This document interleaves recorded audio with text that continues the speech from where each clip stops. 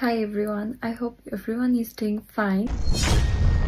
Nowadays, I'm really concerned about my pores, and that's the reason I have decided to take care of my pores from now on. And যেহেতু আমি regular বেসিসে makeup করি, also we all know যে এটা কতটা important for us যারা আমরা makeup করি তাদের জন্য ডাবল ক্লিনজিং করা, so that মেকআপ গুলো সুন্দরভাবে রিমুভ হয় and আমাদের পোর্স ক্লগড না হয়ে থাকে।